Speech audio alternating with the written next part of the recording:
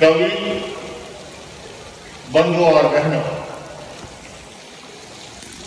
अंधकार है वहां जहां आदित्य नहीं है और मुर्दा है वह देश जहां साहित्य नहीं है। राष्ट्र कवि की ये महान पंक्तियां साहित्य की महत्ता को प्रकट करती है और मैं बधाई देना चाहता हूं कुलाधिपति जी को, एक संत होने के नाते साधुवाद की, कि वे प्रतिवर्ष साहित्य के इस महान कुंभ का भारत की राजधानी के इस एनसीआर क्षेत्र के अंदर विशाल स्तर पर एक अंतर्राष्ट्रीय आयोजन करते हैं। बंधुओं और बहनों, साहित्य का प्रकाश स्तंभ है जो हमारे जीवन को आलोकित करता है, जीवन की दिशाओं को स्पष्ट करता है, ध्येय और उपाय को हमारे सामने प्रस्तुत करता है और जिससे कि हम ध्येय को त्याग सके, ध्येय को जान सके और उपाधि को जीवन में स्थान देकर के अपने जीवन को आलोकित कर सके। किंतु इस साहित्यकारों के इस महान सम्मेलन में ये मैं अवश्य कहना चाहूंगा, पिछले कुछ वर्षों में हमारी हिंदी साहित्य की विधा और साहित्यकारों को और अधिक सजग होने की अवश्य जागरूक और जरूरत है। हमारी जो नई पीढ़ी है आज पश्चिमी देशों के साहित्यकार और लेखकों को पढ़ती है, उनका नाम स्मरण करती है। इस दिशा में जो एक संतुलन रहना चाहिए, मुझे लगता है कहीं न कहीं वह खंडित हो रहा है और इस मोड़ पर आकर के कहीं न कहीं हमें आत्मावलोकन की भी जरूरत है। कटपेज का युग के अंदर, व्हाट्सएप के अंदर आप यही करते हैं, इधर से उठाया इधर डाला, और यही कहीं न कहीं साहित्य में भी, क्योंकि साहित्य के पीछे जहां साधना होती है, अनुसंधान के पीछे न स्वयं का जीवन, पीढ़ियां जब खप जाती हैं तब जाकर के नया अनुसंधान हमारे सामने आता है। और जब हम शॉर्टकट रास्ता लेते हैं, थोड़ा इधर से उठाया, थोड़ा इधर से उठाया, थोड़ा इधर से उठाया, अपने नाम से उस साहित्य को बाजार में बहता कर दे, वो आकर्षण पैदा नहीं कर पाता है। यहाँ आकर के आत्मावलोकन करने की जरूरत है। लेकिन अगर हम अपने अतीत को देखें, हमारे हिंदुस्तान की, भारत की महान विरासत रही है। और अभी जब हम कुलाधिपति जी के कक्ष में बैठे थे, परमपति कह रहे थे कि किस प्रकार से शिक्षा और साहित्य मात्र ये दो ही रास्ते हैं जहां से व्यक्तित्व का निर्माण होता है। किंतु उसके साथ साथ आज शिक्षा के क्षेत्र में ये भी चर्चा आई कि आजीविका में पीछे जितना आकर्षण है, किंतु बंधु हमारे जीवन के दो तत्व है, एक है जीवन, दूसरा है आजीविका।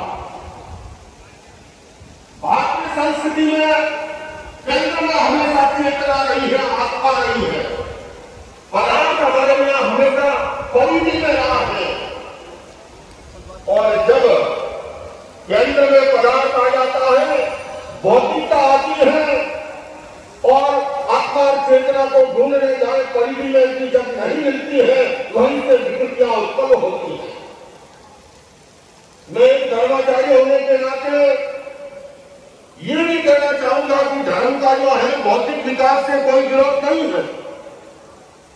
अगर आप हमारे उपनिषदों को पढ़ते हैं हमारे यहाँ पर पुरुषार्थ चतुष्टय की कल्पना की गई। अर्थ, काम, धर्म और मोक्ष। अर्थ और काम को नकारा नहीं गया, किंतु मैं ये अवश्य कहूंगा कि जहां पर केवल अर्थ और काम के पीछे अंधी दौड़ लगती है, वहीं से समाज के अंदर विकृतियां उत्पन्न होती है। हेल्दी सोसाइटी का निर्माण, स्वस्थ समाज की संरचना जहां पर होती है, वहां पर ही इसके बीच में संतुलन रहता है। भले ही भारतीय संस्कृति के महान ग्रंथ उपनिषद को पढ़े, भगवत गीता को पढ़े। गीता जी का आखिरी श्लोक है, यत्र योगेश्वर कृष्ण यत्र पार्थो धनुर्धर, तत्र श्री विजयो भूति ध्रुवा नीति मतिर्मम। लोकमान्य तिलक जी ने इसकी टीका लिखते हुए एक लीक से हटकर के उन्होंने अर्थ किया और उन्होंने योगीराज कृष्ण को अध्यात्म का प्रतीक माना और अर्जुन को भौतिकता का प्रतीक मानते हुए कहा कि जहां अध्यात्म और भौतिकता के बीच में संतुलन है, वहीं पर विजय है, वहीं पर भूति है, वहीं पर श्री है और वहीं पर लक्ष्मी है। जहां संतुलन टूटता है, वहां समस्याएं उत्पन्न होती है। वह संतुलन चाहे साहित्य के क्षेत्र में और चाहे शिक्षा के क्षेत्र में। जब मैं सरस्वती के इस मंदिर में, इस प्रांगण में उपस्थित हूं, शिक्षा के संस्थान में, तो मैं ध्यान आकर्षित करना चाहूंगा, क्योंकि अवधेशानंद मुनि जी महाराज एक ऐसी शख्सियत है जिनकी आवाज सरकारें भी सुनती हैं और मैं इनके माध्यम से सरकार तक भी ये बात पहुंचाना चाहता हूं कि हमारा मॉडर्न एजुकेशन सिस्टम है, वो केवल हमारे लेफ्ट हेमिस्फीयर को जगाने का काम कर रहा है, जो कि बुद्धि के लिए, गणित के लिए, तर्क के लिए रिस्पॉन्सिबल है, किंतु हमारा राइट हेमिस्फीयर जो इंट्यूशन पावर के लिए, जो स्पिरिचुअल डेवलपमेंट के लिए रिस्पॉन्सिबल है, वो आज सोया पड़ा है।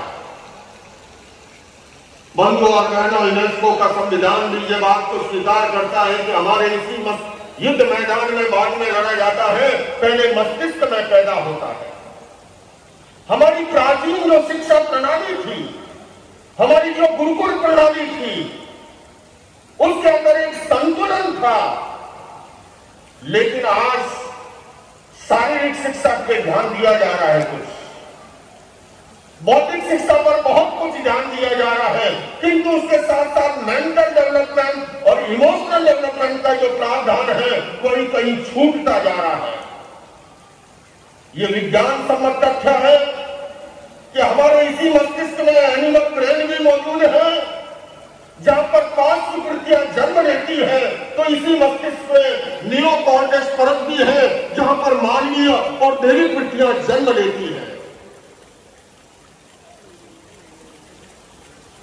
हमें ये हिंसा और आतंकवाद जैसी टुकड़ों टुकड़ों में दिखने वाली समस्याएं वास्तव के अंदर अगर उसका कोई रूट कॉज है, जब जब व्यक्ति का एनिमल ब्रेन जागृत होता है, तब तक वो 5 वृत्तियों में संलग्न होता है। पिछले वर्षों में वर्जीनिया की यूनिवर्सिटी में एक स्टूडेंट ने 32-33 स्टूडेंट को शूट करके रख दिया। कारण क्या है? जब जब व्यक्ति का एनिमल ब्रेन जागृत होता है, तब तक वो 5 वृत्तियों में संलग्न होता है। अगर इस समस्या का समाधान करना है, तो मैं कुछ बात को निवेदन कर रहा था कि हमें प्राइमरी एजुकेशन से किस एजुकेशन जैसे पाठ्यक्रम को इंट्रोड्यूस करना होगा, जो हमारी प्राचीन शिक्षा की प्रणाली रही है। आज वैल्यू एजुकेशन की उसकी आवश्यकता है और वो संतुलन से मेडिकल साइंस के आगे बात को स्वीकार कर रहा है। अगर स्टूडेंट का सिंपैथेटिक नर्वस सिस्टम ज्यादा सक्रिय है या पैरासिम्पैथेटिक नर्वस सिस्टम अधिक सक्रिय है, या तो वो हीन भावना में चला जाएगा, बप्पू रह जाएगा, या इतना आक्रामक बन जाएगा, जैसा मैंने उदाहरण दिया वर्जीनिया की यूनिवर्सिटी का। बंधु और बहनों, जब एक डॉक्टर नशा करता है, जब एक साइंटिस्ट सही समय पर पदोन्नति नहीं होने पर बहुमंजिली इमारत से कूद के जान दे देता है, हम सोचने के लिए मजबूर होते हैं क्या हमारी शिक्षा और साहित्य ने इतना भी नहीं सिखाया।